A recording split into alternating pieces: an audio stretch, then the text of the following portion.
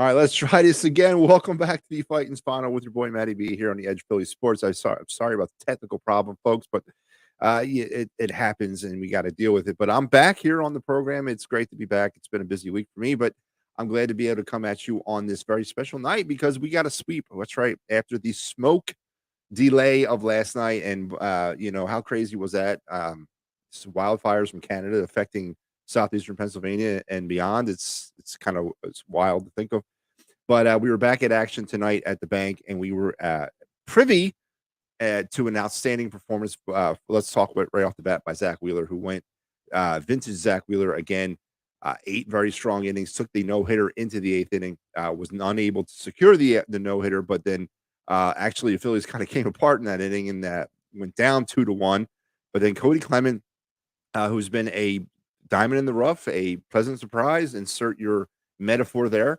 It delivers in the bottom of the 9th after the Phillies were able to, on the bat of Bryce Harper, get themselves in a position to tie the game. Then Cody Clemens with the walk-off single, I guess it might have been. I don't know, probably been a double. As the Phillies win it 3-2, they sweep the Tigers, and they have now captured 5 in a row to move within 2 games of that elusive 500 mark at 30-32. As now we get ready to welcome in the Dodgers, and I guess now the dose of reality potentially will hit us in the face tomorrow. Hopefully not. Hopefully the reality is that we've turned the page or turned the corner. I don't know.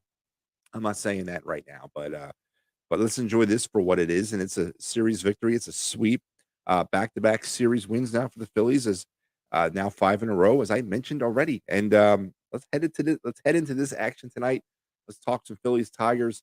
Not much scoring, and it was done kind of in the middle innings. A pitcher's duel through 5, and then Bryce Harper would get the Phillies on the board in the 6th when he would knock in Kyle Schwarber with a sac fly.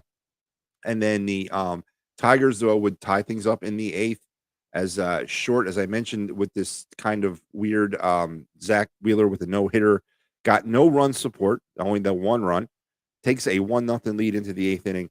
But then once he gives up the no-hitter, the Phillies bullpen comes in. Craig Kimbrell, notably, actually it was Sir Anthony and then Kimbrell, but they were not very effective, as the Tigers got a little rally going in that 8th inning.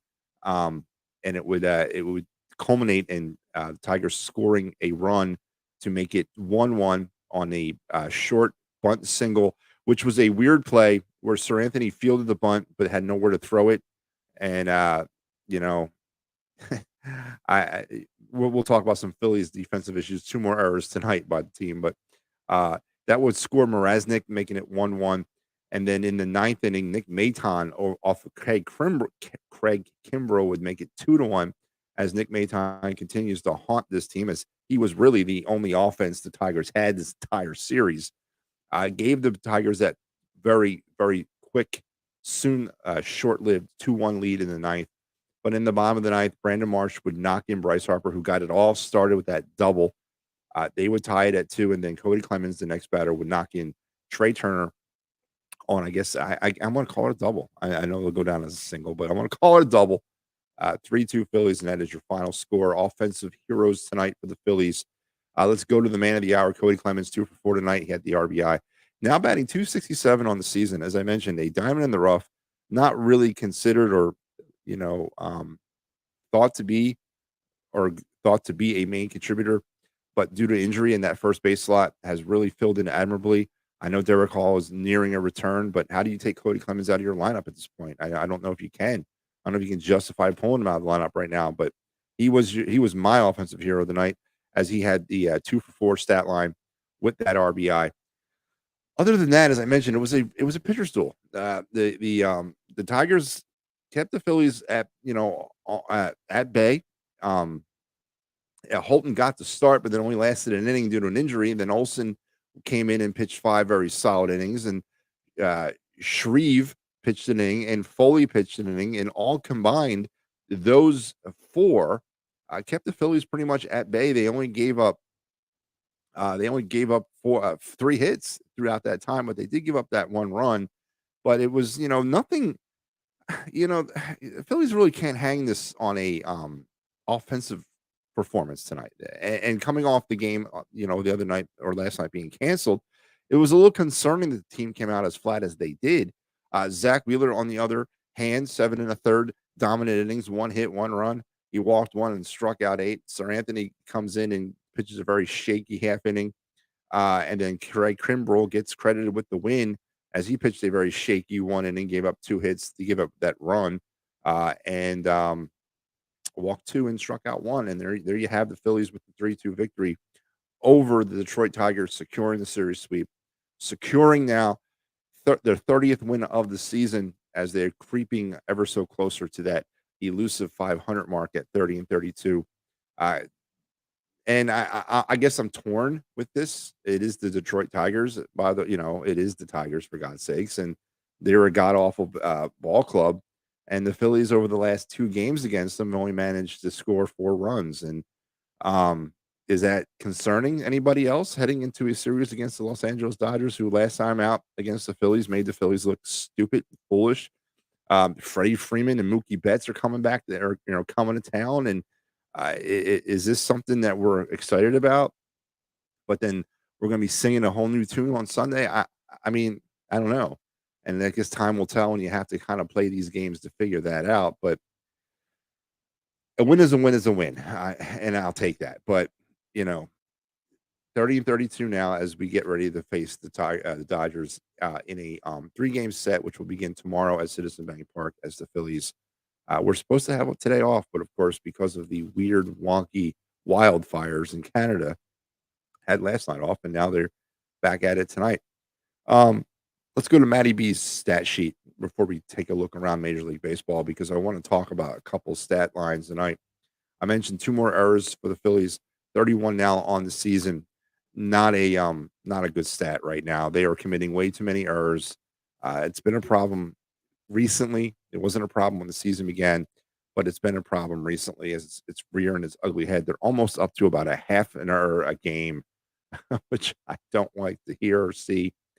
They did win tonight, which brings them down to a 5-2 record for the month of June. Very positive against the Nationals and Tigers. I understand that, but a very positive start to the month of June, as we get ready through this month. And that was really the only couple stats that I want to talk about tonight. And Dave Yarnold will check in with a good comeback win in the ninth. Dave, it was a good comeback win, but was it concerning to you? Is it concerning to anybody that the Phillies, who got a dominant starting pitching effort from Zach Wheeler, were unable to provide any kind of run support against the Detroit Tigers, who had to kind of go to a bullpen game due to an injury to their pitcher in the first inning, could only muster up the 1 run, and then left Wheeler on the hook in the eighth when the no hitter went away, and then found themselves in the ninth down 2-1. Does that concern anybody, or are we looking at this from a glass half full standpoint, that they were able to battle back when it counted and win the game in the bottom of the ninth inning 3-2? I don't know. I mean, I know where I was on that coin last season, but this isn't last season, and we've been kind of fooled by the Phillies before. They come out and they go into the tailspins of games against the Mets, the Braves, Dodgers, teams like that, and they come back and they scratch and claw their way through victory to against teams like the Tigers, Nationals, and Marlins, and everything is right in the world again. And then big back slap face of reality when they play another team that's really good, which of course is tomorrow. And is this more false hope for the Phillies? I don't know. I'm sorry. I don't understand anymore, because I've been fooled too many times by this team thus far. Chris checks in. You can't get a no hitter with only 1 run of support for a starting pitcher. Well, yeah, you could. I mean, why couldn't you? I mean, you can't get a no hitter with only 1 runner, but yeah, well, why couldn't you not? Of course you can, but Phillies couldn't tonight. And it's not what you. I mean, most of your no hitters and perfect games in history are pretty much followed up by that 1-0 stat line, or 2-1, or 2-0. I don't remember many perfect games and no hitters that had massive amounts of offensive run support. It's funny how that stat, in my opinion, ties together, but it wasn't great to do it. You never want to do it. You know what I'm saying? And that's a concerning part. As I mentioned, the last 2 games, the Phillies have managed to scratch out 4 runs against the lousy Detroit Tigers. That's not a good thing. That does not bode well heading into the series against the Dodgers. So And Chris says, "In this game showed it." Yeah, I got you, Chris. I believe you. I'm 100% with you. Cody's progress is getting a lot better. He's coming off along really well. Yeah, he is coming along really well. And I mentioned you cannot really justify taking him out of the lineup, even though Derek Hall is very close to returning from his rehab start down in AAA. I mean, what do you do there? I'm not going to sit here and tell you that we have too many options at first base. Not going to do that. It is Cody Clemens after all. I don't know if that's really where he belongs. If is he an everyday guy? I mean, he's playing like it. He's hitting like it. He's batting 267 versus Kyle Schwarber's 171. So again, do the comparison math if you like. I'm, he's been one of our more consistent bats all season long. I don't know if that's something to be happy about, something to be concerned about, or something to be like wow about. I don't know what that is when you say it out loud. I really don't know what it sounds like or how to justify that. But how do you take him out of the lineup when he has played as well as he's played offensively for this team? I did kind of commit an error there in this game, but again, what are we doing here? So outstanding game by Cody Clemens, 2 hits. I guess his dad, Roger Clemens was on the telecast at one point in the game earlier on, so I'm sure he's enjoying this. Sure, he enjoyed his son and his walk-off heroics tonight. So let's take a look around Major League Baseball on this Thursday night in hot Atlanta. These are games that are still ongoing. It is 10-7 Mets over the Braves in a barn burner out there. At the end of the eighth, the Yankees are up 3-0 against the White Sox in the Bronx. In the bottom of the first, Cubs and Angels are scoreless out in Anaheim. Games now that have gone final: Dodgers over the Reds 6-0. The Rays over the Twins 4-2. The Orioles over the Brewers 6-3. Giants over the Rockies 6-4. The Yankees or White Sox over the Yankees in that first game of that doubleheader. They had to make up a doubleheader because their games were canceled yesterday too. But the White Sox won game one 6-5. The Blue Jays over the Astros 3-2. Guardians all over the Red Sox 10-3. And a game that could not get away from the postponement tonight. The Nationals were postponed against the Diamondbacks. I'm not necessarily sure if that was wildfire related or if that's rain related, but that game was called off for whatever reason. So there's your look around Major League Baseball on this Thursday night. Dave says he can't figure out why Stott is down in the lineup, having a tough time with that managerial decision. Stott down in the lineup. Yeah, there's some problems with the lineup, and it's interesting that we're still talking about the lineup after they went out seemingly on the offseason and fulfilled their leadoff hitter issues with Bryson, or not Bryson Stott, but Trey Turner. It hasn't worked out with Trey Turner up the top of the lineup. Why you don't move Bryson Stott up there? I mean, I don't know. I don't look at Bryson Stott as a number 2. I don't. I don't think he's. I think he's still a work in progress. He's a consistent bat, yes, and we lack those this season. But is the pressure of being a number 2, is that really what we need to do to him at this point? I don't know. We have multiple players in this lineup that are batting out of their position. They're batting out of order. I hate to say that. The way they are made up offensively or mechanically is not how they've been producing this season.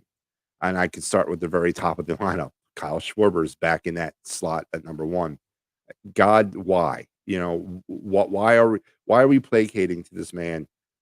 He's still batting 170. He's in the 170s. I think he had a single the other night in a game of standing ovation. I mean, it's pathetic, really, that we can't bat him anywhere but 1. So that kind of throws the lineup off tilter right off the bat. Then you got Trey Turner, who's not been having a good year. Okay, he's not going to lead off. Then put Trey Turner as your number 2, but they can't do that yet either because he's not performing well. I just don't think Stott has enough protection to go up higher in the lineup right now. Stott is still a young player. He's still figuring himself out. There's multiple issues with multiple players in this starting lineup. Bryson Stott is one of the good news stories, but you don't want to ruin that by potentially putting him in a position to fail. And right now, the Phillies don't, I guess, trust the players around him, which they shouldn't. They have not performed consistently all year, and everybody's batting out of order right now. And it's a managerial decision. It's also a managerial problem that needs to be fixed. This is where having a good manager would come in real good handy right now. So Rob Thompson still has a lot of work cut out for him to figure out what he's doing with this lineup. That was my answer to that, Dave. I hope you liked it.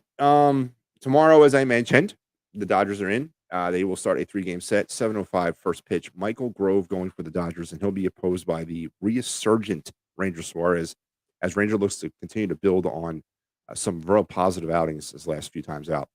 And we need it. We need this series is huge for the Phillies. This is a series where the Phillies need to win it. I mean, we got to get something going here. We got to continue to build the momentum, and now we got to go out and beat a good team. We need to consistently beat a good team, and it starts this weekend with the Dodgers. Because don't forget, next week we're heading back out to the coast. Another goddamn West Coast trip next week. Arizona and Oakland this time. So this is an opportunity for the Phillies to really build up some momentum as they travel on yet another West Coast trip. I think it's their third of the season, and I think they have one more left too. This is a critical series for the Phillies. They got to show up and out and win at least 2 out of 3. If they want to bring me back in, that's what they got to do. I can't have another. What was it out in L.A. with the 16-5 and all that nonsense? I don't want to see Cody Clemens pitching at any point this weekend. So I need to see some consistency against a good quality team in the Dodgers. Shouldn't Alvarado be back soon? He should be as well, Dave. Yeah, he is finishing up a rehab assignment too. I was actually under the impression that he would be activated for this series and that he will be available in the bullpen this weekend. So more to follow on that, hopefully by tomorrow as we get more news on that. So 3-2 Phillies with the win. They take the series over the Detroit Tigers. And, I'm happy. I'm just not woohoo. They needed to do that. They did it. And now they got to build on it. And now it starts with the Dodgers coming in tomorrow. So remember Philly Sports Trips. If you want to travel like the pros, do not look any further than Philly Sports Trips. They got you covered for the Eagles, Flyers, Sixers, and I believe the Phillies. Their 2024 spring training trips have been announced. So head on over to phillysportstrips.com. Well, they're way ahead of the game now.